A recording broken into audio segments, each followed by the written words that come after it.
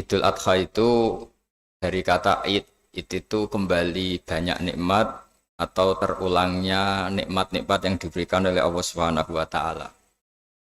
Kemudian Al-Adha ini banyak yang mengatakan terkait dengan ibadah penyembelihan kurban disebut Idul Adha atau Idul Kurban. Saya cerita sedikit tentang sejarah Idul Adha.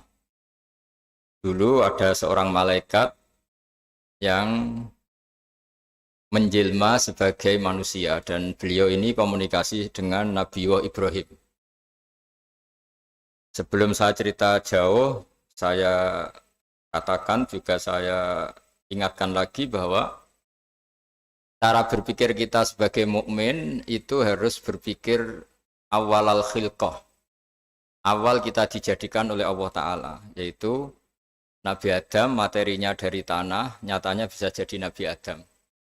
Kita dari sperma, nyatanya bisa jadi manusia. Dengan konstruksi yang sempurna. Dengan cara seperti ini, nanti bayangkan kekuasaan Allah yang tidak terbatas menjadi mudah. Saya teruskan, si malaikat tadi tanya ke Nabi Ibrahim, saya minta kambing kamu. Oh ya, silahkan. Asal kamu melantunkan kalimat tasbih, terus dibaca tasbih, indah sekali, merdu, terus bisa minta tambahan kambing, ya.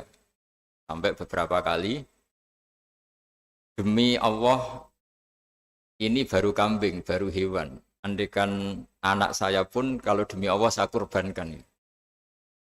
Singkat cerita, versi riwayat ini, suatu saat Nabi Ibrahim diuji dengan dimintanya anak untuk dikurbankan. Ketika beliau atas nama seorang bapak agak keberatan, terus diingatkan ulang oleh Allah Ta'ala, janji beliau demi Allah, anak pun saya kurbankan. Hasil akhirnya beliau melakukan itu. Dan karena Allah hanya menguji, tidak niat betulan supaya anak itu disembelih, akhirnya diganti oleh kambing. Jadilah tradisi kurban itu pakai kambing. Kemudian secara fikih ada padanan-padanan yang cukup menggantikan kambing, yaitu ada sapi, ada unta, dan seterusnya, dan seterusnya. Yang menarik dari sekian referensi yang saya baca, dan ini harus disosialisasikan lah. Sebagian versi itu adalah bahwa Nabi Ibrahim ketika diangkat di alam malakut, di alam langit sana, itu ketemu Allah, kemudian Allah tanya, Ibrahim, banyak hamba-hambaku yang durhaka, tidak tahu saya sebagai Tuhannya. Terus kata Ibrahim, usul ya, Fa'amidhum, bunuh saja ya Allah. Setelah itu tanya lagi, ada yang pezina, ada yang koruptor, ada yang pokoknya dosa-dosa yang buruk sekali. Dan di semua itu Nabi Ibrahim usul, mereka hidup di bumi engkau ya Allah, makan rezekimu ya Allah, maka mereka enggak sopan sekali, enggak ngerti engkau. Terus singkat cerita minta itu diadab, siksa. Suatu saat versi referensi ini di kitab Hikam, kalau di kitab saya halaman 15 juz 2, suatu saat Nabi Ibrahim itu diminta sama Allah menyembelih Ismail. Citra ini penting sekali. Setelah disuruh menyembelih Ismail, Nabi Ibrahim komplain. Ya Allah, ini anak saya, Samratu Fuadi, buah hati saya, kenapa engkau seenaknya minta saya sembelih? Gitu. Enggak bisa ya Allah, ini Samratu Fuadi, buah hati saya. Terus kata Allah, orang-orang yang durhaka yang kamu usulkan supaya saya bunuh itu hamba saya menciptakan mereka, saya mencintai mereka, karena itu ciptaan saya. Anda enak saja usul saya matikan, saya bunuh. Sekarang ketika Anda usul, saya tidak mikir, kenapa ketika saya usul kamu mikir? Terus akhirnya Nabi Ibrahim mau oke ya Allah terus. Setelah itu terus, semenjak itu Nabi Ibrahim itu begitu sayang sama hamba-hambanya Allah. Sehingga dari cerita yang paling masyhur, ketika Abu Bakar As-Siddiq begitu lemah lembut sama hamba-hamba Allah yang lain, Nabi Muhammad mensepadankan dalam hal ini sama Nabi Ibrahim, hati kamu sehalus Ibrahim. Yaitu Nabi Ibrahim, beliau akhir-akhir punya komitmen, faman tabi'ani fa innahu minni wa man asani fa innaka ghafurur rahim. Ya Allah, orang yang ikut sunnahku maka jelas bagian dari saya. Dan yang sedang durhaka, waman asoni, saya harapkan fa innaka ghafurur rahim. Engkau Maha Pengampun, Maha Penyayang. Semenjak itu menjadi sunnatan mutaba'ah bahwa agama ini agama rahmatan lil alamin, bahwa melihat kemungkaran, melihat kebodohan, ketimpangan, itu komitmen kita ini membenahin, bukan menghabisin. Melihat kesalahan, komitmen kita ini in uridu ilal islaha mastata'tu. Komitmen kita ini ingin lebih baik, bukan mengacaukan dunia ini. Semenjak itu terus syariat-syariat Islam disebut anit tabi millata Ibrahim Hanifah, bahwa kita mengikuti millahnya Ibrahim. Sebab itu kemudian setelah ini menjadi sunnatan mutaba'ah, bahkan banyak ulama yang berpendapat ketika Rasulullah SAW Mi'raj, itu dari sekian Nabi Ulul Azmi yang enggak ketemu itu Nabi Nuh. Nabi Nuh alaihissalam, padahal termasuk Nabi Ulul Azmi. Itu banyak yang menganalisis karena Nabi Nuh itu pernah berdoa, Rabbi la tadhar alal ardi minal kafirina dayaro. Nabi Nuh adalah Nabi yang pernah cara Jawa maksudno kaumnya, mendoakan buruk sama kaumnya. Dan itu tidak manhaj, tidak metode yang Nabi Muhammad disuruh ikut metode itu. Tapi Nabi disuruh ikut manhaj atau pola sosiologi, pola dakwah atau pola sosial yang harus mengikuti Nabi Ibrahim anit tabi millata Ibrahim Hanifah. Nabi Ibrahim itu orang yang sangat lemah lembut, yang ngendikan faman tabi'ani fa innahu minni wa man asani fa innaka ghafurur rahim. Sebab itu teman-teman yang di Kanada, yang di mana-mana, kita ngikuti status ilmu hakikat. Di ilmu manusia, negara ini milik Kanada, milik Amerika, milik Eropa misalnya, atau milik mana sajalah. Tapi di status ilmu hakikat, semua itu milik Allah. Sehingga di antara ciri khas Islam adalah kalau dulu agama-agama lain harus salat di tempat peribadatan mereka. Islam mengatakan ju'ilat lanal ardu kulluha masjidan. Semua bumi Allah itu masjid tempat sujud. Sehingga orang Islam fa'enama adrokatu sholat, kamu kapan saja ketemu waktu sholat, ya sholat. Semua bumi Allah itu tempat sujud. Sehingga suatu saat sahabat yang biasa siaha, biasa hidup di perantauan, Nabi memberi nasihat, al-bilad biladullah wal ibad ibadullah, fahaitsuma asabta khairan fa'akim. Semua negara itu milik Allah, semua hamba dimanapun juga hamba Allah. Kamu di mana saja mendapatkan kebaikan, ya silahkan berdomisili di situ. Saya pernah di Korea, itu asik karena itu yang orang-orang katanya teman-teman, saya ini di rumah itu enggak kiai, Gus. Sering di sawah, sering di Tegal. Gara-gara di Korea jadi mufti gitu. Karena enggak ada kiainya gitu. Jadi orang-orang yang enggak jadi kiai di Jawa, mungkin kalau di luar Jawa atau di luar Indonesia malah jadi kiai gitu. Artinya gini, pentingnya jadi kiai bukan menjadi gagah, itu enggak, tapi begini. Dulu bawaannya rakyat itu kan kalau ke masjid komplain, ada masjid bocor kayak ada keran yang kurang baik.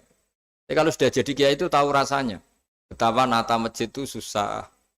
Ngelola masjid itu susah, nyari imam itu juga susah, melanggengkan jamaah juga susah. Jadi pentingnya jadi kiai itu bukan gagah-gagahan jadi imam, tapi bertanggung jawab atas proses yang berjalan. Jika dulu di antara nasihat bapak saya, bapak itu termasuk orang yang nggak suka sama orang tawadhu, orang yang sopan. Dulu saya juga iskal itu janggal. Kata bapak, wong tawadhu itu apik, orang sopan itu baik. Tapi biasanya itu cara orang menghindari tanggung jawab.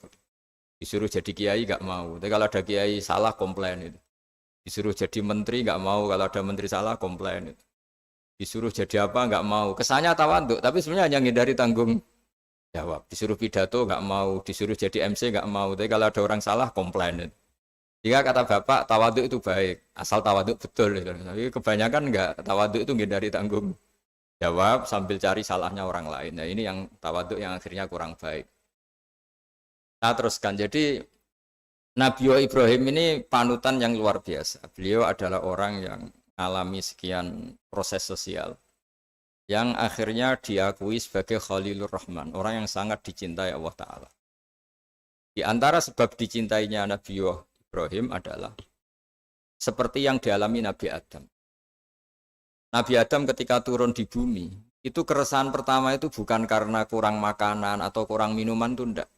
Beliau turun di bumi mendapati bangsa yang lain, kalau dalam kitab disebut Banul Jan. Itu dia janggalnya Masya Allah. Ini orang makhluk-makhluk ini kok tidak kenal sama Allah yang menciptakannya. Kan aneh ya kalau kita hidup di Kanada terus nggak tahu PM-nya siapa, Perdana Menterinya siapa, kita hidup di Indonesia nggak tahu presidennya siapa. Itu kan aneh. Kita hidup di kampung nggak ngerti lurahnya siapa aja aneh. Ini hidup di buminya Allah kok nggak tahu Allah itu siapa. Nggak pernah menyebut Allah. Padahal harusnya yang paling dikenal pertama itu ya zat yang menciptakan kita, menciptakan langit bumi dan sebagainya. Sehingga beliau itu gerutu itu komplain.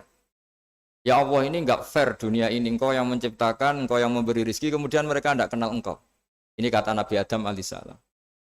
Barokahnya komplain itu, jadi komplain itu yang diridhoi Allah juga banyak. Akhirnya Allah meridhoi Nabi Adam, dosa-dosanya, salahnya itu diampuni. Ya ukuran seorang Nabi, beliau dianggap salah itu diampuni, karena keresahan beliau itu takut Allah enggak dikenal. Nah, masjid yang di Kanada, di Montreal juga ketakutan kita ini jangan sampai orang Islam tidak punya tempat ibadah. Meskipun setelah punya tempat ibadah, ketakutan kita jangan-jangan ibadahnya tidak sesuai sunnah Rasul. Setelah sesuai sunnah Rasul kita takut lagi, jangan-jangan memaksa sesuai tapi karena ingin benar. Dan setelah ingin benar, takutnya secara tasawuf ngimani kebenaran itu. Bukan ngimani rahmatnya Allah, tapi ngimani kebenaran itu. Akhirnya jadi ujub. Ujub itu bangga amal diterima karena kebaikannya, bukan karena fadlnya Allah, karena anugerah. Nah ketakutan-ketakutan ini khas orang soleh. Orang soleh itu kalau nggak sholat takut. Setelah sholat takut nggak sesuai syarat rukun. Setelah sesuai semua takut iktimat alal amal. Membanggakan kebenaran. Tapi bukan membanggakan luasnya rahmatnya Allah Ta'ala. Sehingga di luar ilmu fikih ada ilmu namanya ilmu tasawuf. Ilmu yang mengelola hati. Jadi ibarat orang itu kalau yang paling masyhur dalam cerita-cerita orang sufi, ada orang sudah masuk surga karena tidak pernah dosa sama sekali. Ini cerita-cerita yang melegenda di dunia tasawuf. Tanya Allah, kenapa kamu masuk surga? Karena saya taat terus ya Allah, nggak pernah maksiat sama engkau. Berapa lama kamu hidup di dunia? 80 tahun. Ya sudah, karena taat kamu 80 tahun, ya surga kamu 80 tahun. Ya komplain, ya Allah katanya surga selamanya. Kenapa ini hanya 80 tahun? Yang selamanya itu rahmat saya. Kalau amal kamu kan terbatas 80 tahun, maka balasannya hanya 80 tahun. Nah semenjak itu beliau sadar, oh ya Allah, masuk surga itu fadlmu, anugerahmu, amal saya tidak ada bandingannya dengan surgamu. Nah ini jadi sehingga keyakinan ahli sunnah wal jamaah diantara ciri khasnya adalah masuk surga itu karena fadlnya Allah, karena anugerahnya Allah. Maksudnya itu oke, kita amal, tapi amal kita tetap terbatas. Tidak memberi kontribusi pada kerajaan Allah, pada kedikjayaan Allah sebagai Tuhan. Yang tidak terbatas adalah fadlnya Allah Subhanahu wa Ta'ala. Nah, keresahan-keresahan ini kemudian yang diwariskan oleh para nabi ke ulama-ulama. Di keresahannya ulama itu mirip-mirip keresahan nabi. Nabi dulu itu sampai dakwah, sampai sosialisasi kebenaran itu takut Allah itu la yuzkaru fi mulki. Allah tidak disebut, tidak menjadi aktor. Kan tidak fair kita misalnya nempat di negara orang terus nggak tahu duta besarnya siapa, terus kalau ngurus paspor di mana, ngurus visa di mana. Ini sama, kita hambanya Allah tapi nggak pernah ngurus status kehambaannya. Harusnya kita ngurus status kehambaan kita dengan sholat, berarti kehambaan kita hidup. Dan baca tasbih berarti kehambaan kita hidup. Makanya dalam sebuah ayat disebutkan masuk surga itu gampang. Yang susah itu kamu masuk status kehambaan itu. Makanya disebut ya aja Tuhan nafsul mutmainnah irji'i ila rabbiki radiyatan mardiyah. Pertama apa? Fadkhuli fi ibadi. Kamu harus masuk status sebagai hambaku dulu. Baru wadkhuli jannati, baru kamu baru masuk surga. Jadi orang boleh nikmati fasilitas negara lain kalau visa paspornya disahkan. Orang boleh masuk surga kalau status kehambaannya disahkan oleh Allah Subhanahu wa Ta'ala. Nah, lalu status kehambaan itu dimulai dari mana? Secara fisik kita sujud. Anggota tubuh yang begitu terhormat, namanya kepala, kita tundukkan kepada Allah Ta'ala. Hati kita, akal kita yang ingin menguasai dunia misalnya, ambisi itu kita kalahkan untuk hanya tunduk kepada aturan-aturan Allah Subhanahu wa Ta'ala. Kekhawatiran kita akan menghadapi alam akhirat, nah ini yang penting. Nanti setelah kita mati kayak apa, jadi debu, jadi tanah, lalu bangkit kita gimana? Sebagaimana mukadimah saya, ingatlah an-nas'atil ula. Ingatlah penciptaan pertama bahwa Allah punya reputasi menciptakan Nabi Adam dari tanah dan di tubuh Nabi Adam itu tersimpan calon generasi berikutnya ila yaumil qiyamah. Kayak apa susahnya bikin Nabi Adam kalau andikan kita boleh berpikir. Bikin satu master manusia yang akan melahirkan manusia seluruh dunia. Ibaratnya chipnya itu sudah ada di punggung Nabi Adam. Dan itu materinya dari tanah. Dengan berpikir gitu maka ketika kita meninggal, sudah jadi tanah, kembali lagi jadi manusia adalah hal yang mudah. Karena Allah punya reputasi menciptakan manusia super, yaitu Nabi Adam dari tanah. Jika setiap kali kita iskal janggal terhadap kekuasaan Allah, kata Allah Ta'ala, Qul yuhyihalladzi ansha'aha awwala marrah. Kalau kamu janggal terhadap kemampuan saya, kemampuan kami menghidupkan tulang belulang yang sudah rapuh, sudah hancur, maka ingatlah reputasi saya, kata Allah, reputasi kami menciptakan Adam dari tanah. Ya, para nabi itu, ini semoga teman-teman yang di Kanaja masih ingat betul iman yang dilatih para guru kita di Jawa, di Indonesia. Para nabi itu saking imannya sama Allah, itu tidak ada, sampai kasarnya itu nggak tahu bedanya antara hal itu masuk akal maupun tidak. Saya beri contoh begini, kalau dalam ilmu tauhid, dan ini harus kita latih terus sampai ketemu Allah Ta'ala. Ketika telur jadi ayam, itu sebetulnya itu kita juga tidak ikut mampu bikin telur jadi ayam. Tapi berhubung sering terjadi, kita bilang telur jadi ayam itu mungkin. Mungkin itu ya mungkin sering terjadi. Padahal sering terjadi ini juga tidak yang jenis kita ikut berkontribusi. Lalu ketika sering terjadi ini kita bilang itu mungkin. Padahal saat kita bilang mungkin, juga hakikatnya kita tidak ikut menciptakan telur menjadi ayam. Lalu karena seringnya telur jadi ayam kita bilang telur jadi ayam itu mungkin. Mungkin itu gak muhal. Begitu juga bebijian, nanti jadi pohon besar yang rindang, yang berbuah kita katakan mungkin. Kenapa kita katakan mungkin? Karena itu sering terjadi. Toh kita pun tidak ikut menciptakan biji jadi pohon besar, telur jadi ayam. Artinya apa? Zaman sesuatu itu sering terjadi, kita pun sebetulnya tidak pernah ikut menciptakan. Hanya menyaksikan sering, terus kita bilang itu mungkin.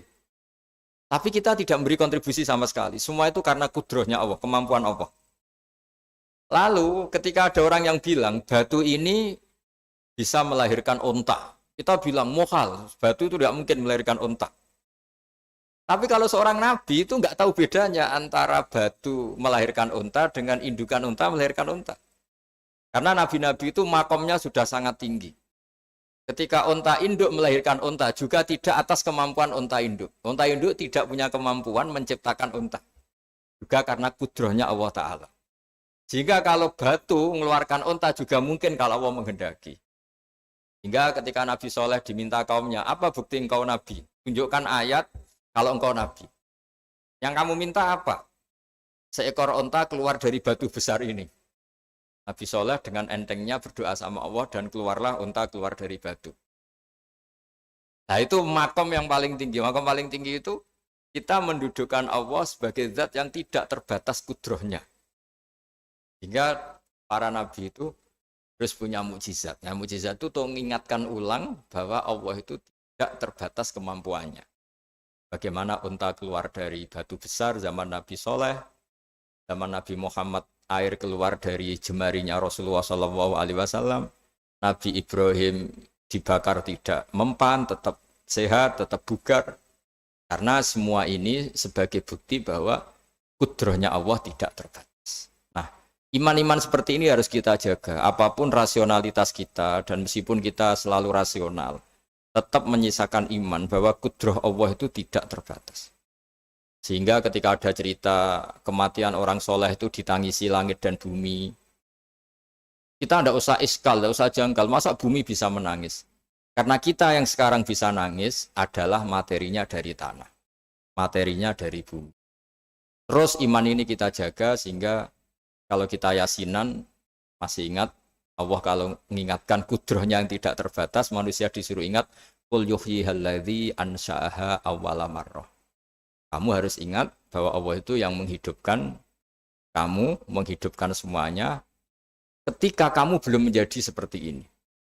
Jadi intinya itu kita ingat meskipun telur itu lazim jadi ayam, tetap tidak karena kudrohnya ayam itu, tapi karena kudrohnya Allah. Indukan unta melahirkan anak unta juga bukan kemampuan indukan unta, karena ini juga makhluk yang lemah, tapi juga kemampuan Allah Subhanahu wa Ta'ala. Jika dengan demikian kita termasuk hamba Allah sesuai target yang diingatkan Allah. Falamma tabayyana lahu qala a'lamu annallaha ala kulli syai'in qadir. Hamba Allah yang baik adalah hamba ketika menyaksikan fenomena apapun, semua itu li ta'lamu annallaha ala kulli syai'in qadir wa annallaha qad ahata bi kulli syai'in ilma. Apapun di alam raya ini semuanya itu bukti bahwa Allah ala kulli syai'in qadir, Allah kuasa dan Allah meliputi semua makhluknya dalam pandangannya, dalam pantauannya. Jadi saya mohon teman-teman yang di Montreal, yang di Kanada juga di manapun harus ingat status hakikat bahwa al-bilad biladullah wal ibad ibadullah fa haitsu ma asabta khairan fa'akim. Negara hakikatnya milik Allah, semua hamba juga milik Allah. Di mana saja kamu berada dan menemukan kebaikan, silahkan hidup di situ. Tentu dengan sosialisasi yang baik, baik dengan non-muslim maupun dengan muslim, karena Allah mengajarkan wa qulu linnasi husna. Ajaran Islam adalah rahmatan lil alamin, rahmat bagi semua. Tentu tidak henti-hentinya kita menjelaskan kebenaran yang diinginkan oleh Allah Subhanahu wa Ta'ala. Saya kira demikian karena saya juga ini di sini sudah malam. Jadi saya mohon maaf mungkin tidak bisa ikuti tanya jawab karena di sini sudah malam, apalagi tadi habis takziah saya karena ya ada mas saya yang sudah sepuh sekali wafat, terus tadi barusan datang, jadi mohon maaf tidak mengikuti acara mulai pertama. Tapi saya mohon ayat-ayat Quran yang saya terangkan tadi bahwa untuk mensifati Allah kudrohnya tidak terbatas. Ingatlah bahwa kita yang secerdas ini, yang sehebat ini, kita semua manusia yang cerdas begini, matanya bisa melihat, hatinya bisa merenung, otaknya bisa berpikir cerdas, itu dari materi tanah. Dan Allah mampu. Allah bisa bikin orang miliatan gini dari satu orang manusia namanya Nabi Adam. Kayak apa susahnya bikin konstruksi Nabi Adam kalau boleh dibahasakan. Dan itu Allah punya reputasi mampu. Dengan cara seperti itu kita akan gampang iman bahwa kita setelah meninggal dan menjadi tanah, ya sama seperti kita masih hidup. Zaman kita hidup ya tidak tahu cara kerja jantung kita, nafas kita, uratnya gimana, terus sistem tubuh. Meskipun ilmu medis ngerti mengurai itu, tapi tetap saja hanya ngerti, tidak menciptakan. Yang menggerakkan jantung, organ tubuh kita tetap Allah Subhanahu wa Ta'ala. Dia yang Al-Fa'ilul Mukhtar, dia yang semuanya mengendalikan kita. Artinya zaman kita hidup pun sebenarnya kita yang tidak mengendalikan kita. Nafas kita ya dalam kendali Allah, ikhtiar kita dalam kendali Allah. Sama setelah kita mati juga dalam kendali Allah. Ya guru-guru kita semuanya melatih inna sholati wa nusuki wa mahyaya wa mamati lillahi rabbil alamin. Hakikat ibadah kita, hakikat hidup kita, hakikat mati kita, semuanya tidak dalam kendali kita. Semua itu dalam kendali Allah Ta'ala. Dengan demikian terus kita insya Allah ingin jadi hambanya dulu. Baru setelah jadi hambanya, baru sah menjadi ahli penghuni surganya. Wadkhuli fi ibadi, baru wadkhuli jannati. Masuklah berstatus sebagai hambaku, baru engkau, kalian semua layak menjadi penghuni surgaku. Mohon maaf atas semua kesalahan. Billahi taufik. Wassalamualaikum warahmatullahi wabarakatuh.